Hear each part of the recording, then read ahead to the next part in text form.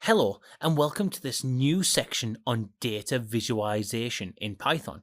In this section, we will learn to draw visuals in Jupyter Notebook using one of the most important Python libraries, Matplotlib. We will explore the different types of graphs that can be drawn using Matplotlib. So, let's begin.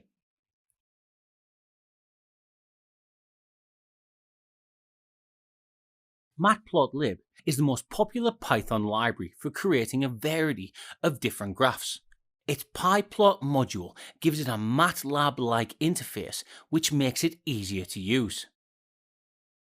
Use the import keyword to import matplotlib.pyplot.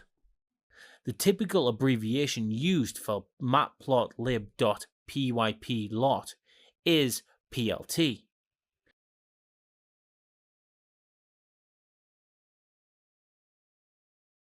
The first type of plots that we can plot using Matplotlib are the line plots. The .plot function is used to create a line plot, and the function takes two lists, one for the x-axis and the other for the y-axis.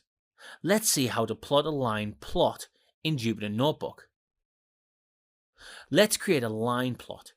I have already imported matplotlib.pyplot as PLT. I will now create two lists of equal lengths, one for the x-axis and the other for the y-axis of the graph. x_axis equals square brackets 1, 2, 3 close square brackets. y_axis equals square brackets 4, 5, 6 close square brackets. plt.plot brackets x_axis, y_axis close brackets. Click run, and here you go. We have our first graph on screen. To change the color of the line, we can provide a third argument to the plot function. In this figure, we have provided R as the third argument, which stands for red color. You can find a list of abbreviations used for different colors in Matplotlib when you visit the given link in the presentation.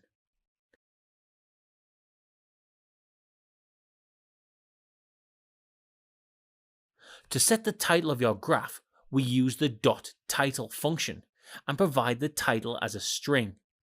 Let's go to Jupyter Notebook and see how this works.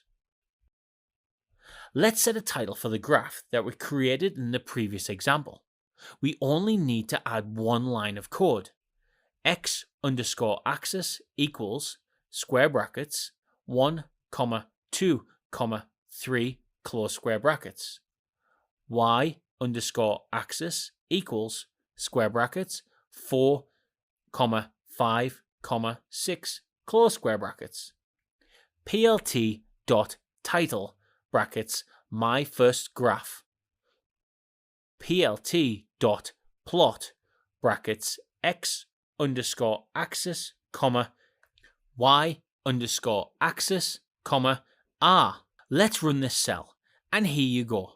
We have a title at the top of our graph. We can also add x and y labels to our graph using the .x label and .y label functions. Let's go to the Jupyter Notebook and see how this works.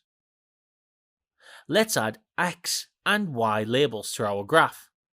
x_axis equals square brackets 1, 2, 3 close square brackets. y_axis equals square brackets 4, 5, 6 close square brackets. plt.title brackets my first graph. plt.xlabel brackets x-axis. plt.ylabel brackets y-axis. plt.plot brackets x_axis, y_axis, r.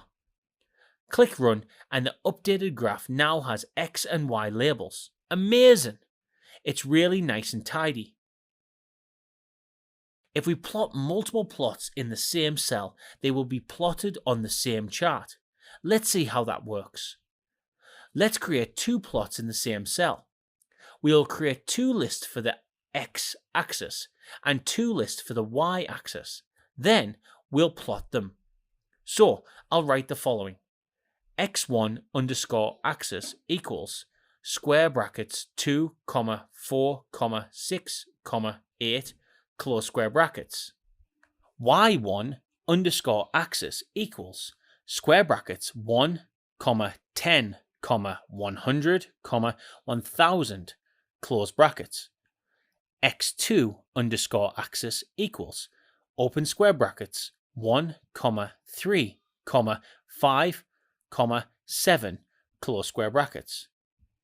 y2 underscore axis equals open square brackets 100, 110, 120, 130, close square brackets. plt dot title brackets 2 plots on one chart. plt dot x label brackets x dash axis. plt dot y label brackets y dash axis. plt dot plot brackets x1 underscore axis comma y1 underscore axis comma r. plt dot plot brackets x2 underscore axis comma y2 axis comma g. Let's execute this cell to see the output. Click Run, and as you can see, both of the plots are on the same chart. Incredible! When plotting more than one plot on the same chart, it is good to have a legend. We have a legend to our figure using the legend function. It takes a list of values. The first value will represent the first plot, and the second value will represent the second plot, and so on. Don't worry, it will be clearer with an example. Let's jump to Jupyter Notebook to see how we can add a legend to our figure. Alright, so let's create two plots in the same chart. I'll write the following. x1 underscore axis equals square brackets 2, 4, 6, 8, close brackets. y1 underscore axis equals square brackets 1, 10, 100, 1000, close brackets. x2 underscore axis equals square brackets 1, 3, 5, 7, close brackets. y2 underscore axis equals square brackets 100, 110, 120, 130, close brackets. plt dot plot brackets x1 underscore axis, y1 underscore axis, r. plt dot plot brackets x2 underscore axis, y2 underscore axis, g. Now let's add a legend to our figure. Our first plot is exponential while the second one is linear. Let's display this information in the legend. plt dot legend brackets square brackets exponential, linear, close square brackets, close all brackets. Execute this cell, and here you go. We now have a legend in our figure.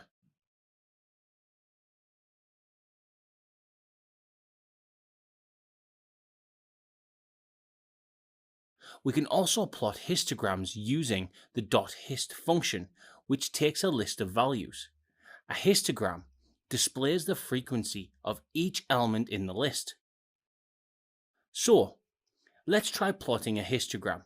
I will create a list of values and then use the .hist function to create a histogram.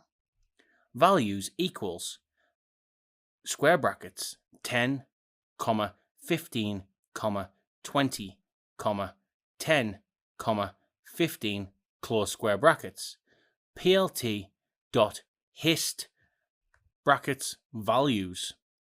We run this cell and here you go. We have a histogram with the values that we provided on the x-axis and the frequency of the y-axis. To change the color of the bars, use the color parameter of the hist function. We can also change the width of the bars using the width parameter of the hist function. In the given figure, we set the width of our bars to 0.5. Alright, so that was it for the techniques used to plot histograms.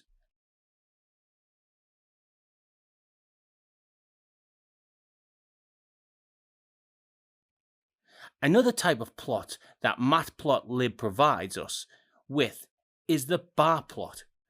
Visually, a bar plot may look like a histogram, but there are some differences between the two.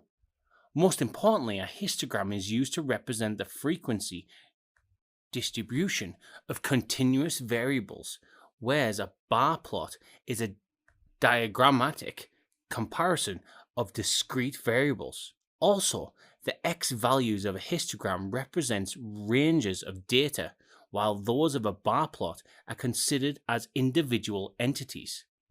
To plot a bar plot, use the .bar function in Matplotlib. .bar takes two positional augments. The first augment represents the x values, and the second augment represents the height of each bar. The height can be a single value or a list of values. When we just put a single value, all the bars will have equal length. We can also change the width of the bars using the width parameter of the .bar function. Let's see how we can create a bar plot in Jupyter Notebook. I will provide a list of values, then a list of heights, then a width of 2 to the .bar function. Values equals square brackets 10, 15, 20, close square brackets, plt dot bar, open brackets, values, square brackets 0.5, 1, 2, close square brackets, width equals 2, close square brackets. Click run, and here you go. We have a bar plot on our screen.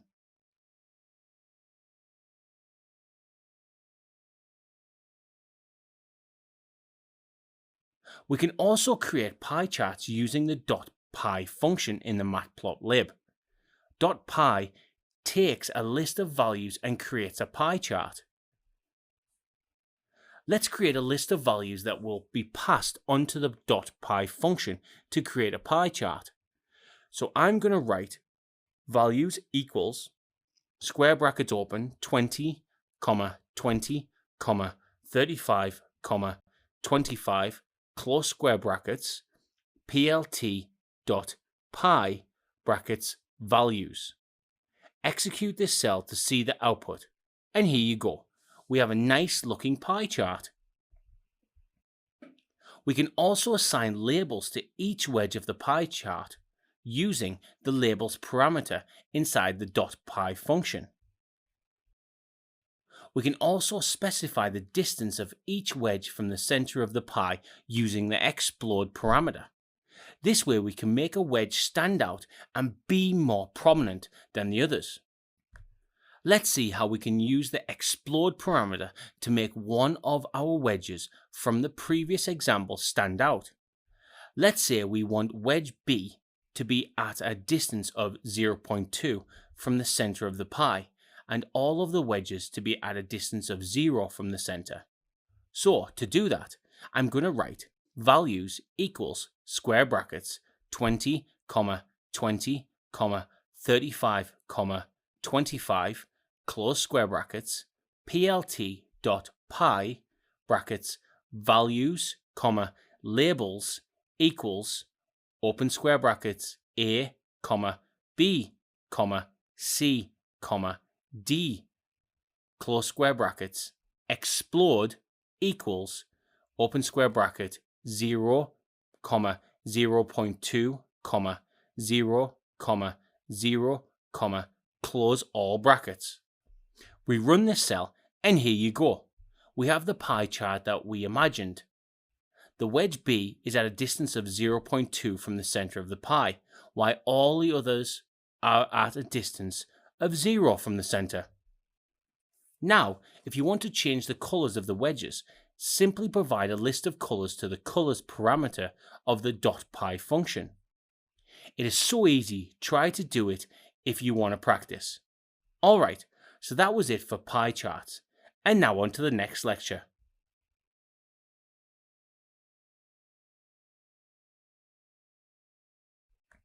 Scatter plots are another kind of plots available inside Matplotlib. To plot a scatter plot, use the .scatter function, which takes x and y values as arguments. Let's create two lists for the x and y values. Then we'll create a scatter plot using both x and y. So, to do that, I'm going to write x_axis equals square brackets 1, 2, 3, 4, 5, 6, 7, 8, 9, 10, close square brackets, y_axis equals, open square brackets, 15, 12, 54, 49, 87, 75, 52, 14, 23, 1, close square brackets, plt.title brackets scatterplot, plt.xlabel brackets x-axis, plt.ylabel brackets y-axis, plt.scatter brackets x_axis, y_axis, close brackets. Click Run to see the output, and here you go. We see a scatter plot on screen. To change the color of the dots, use the color parameter inside the .scatter function. In this picture, we change the color to red. It's really easy. You can change it to any color you want.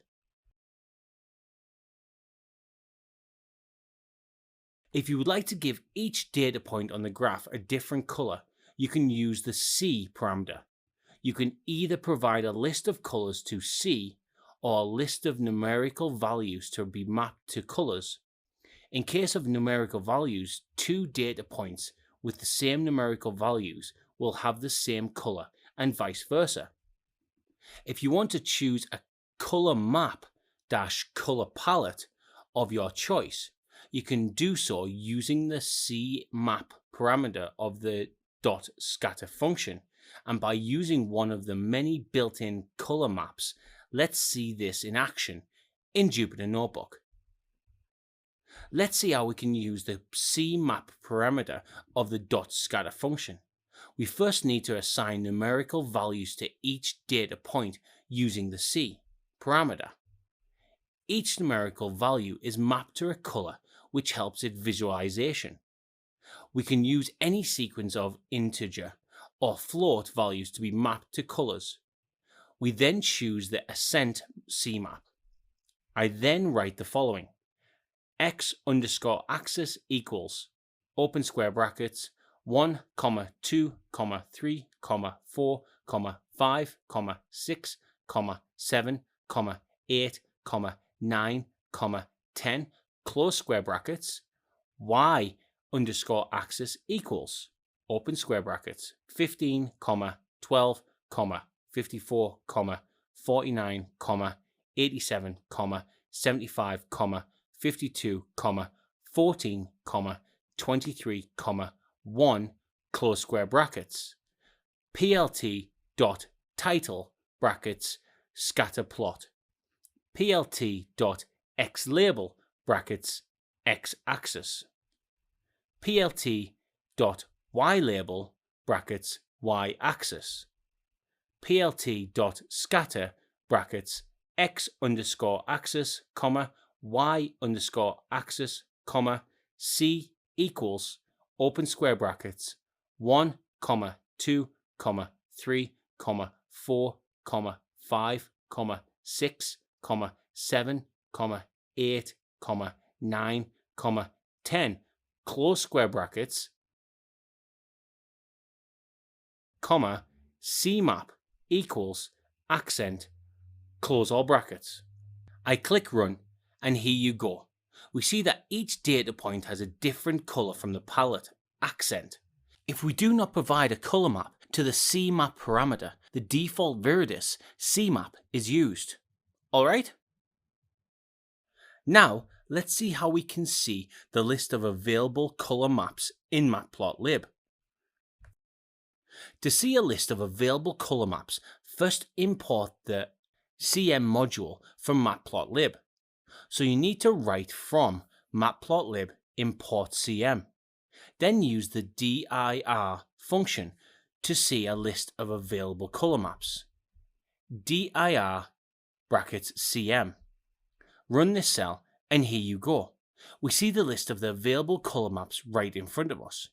Alright, and now on to the next lecture.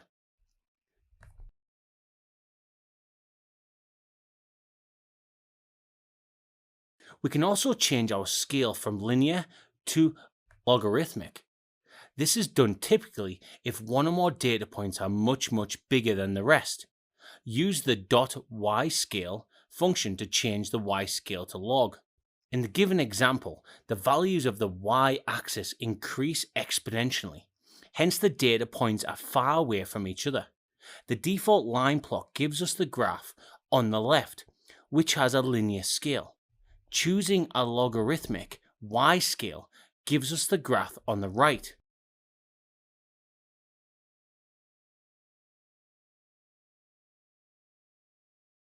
We can also plot polar plots using Matplotlib.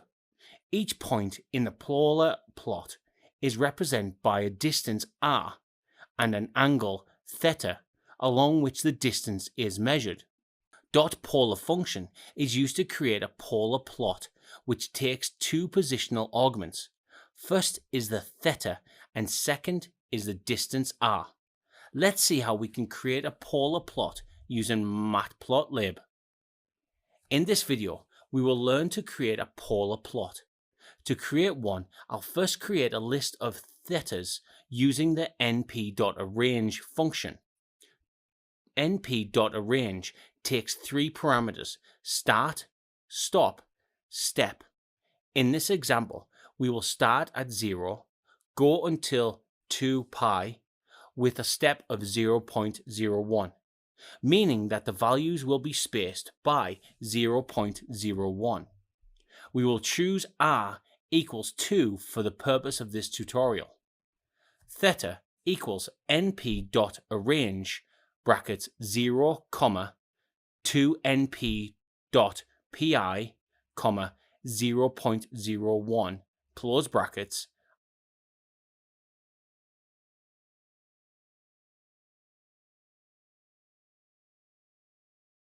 r equals 2.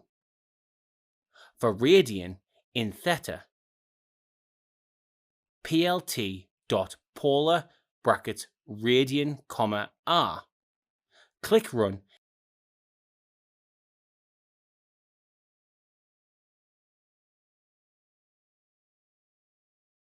And here you go. We have a polar plot right there in front of our eyes. And now on to the next lecture.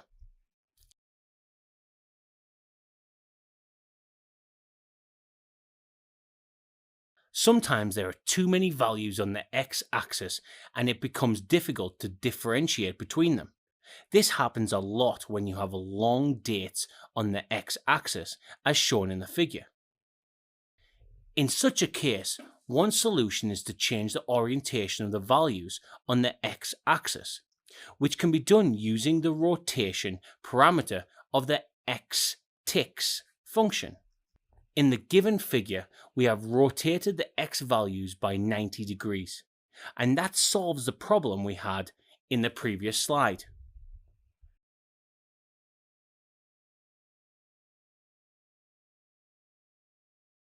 Earlier, we saw how we could create multiple plots on the same chart by plotting them in the same cell.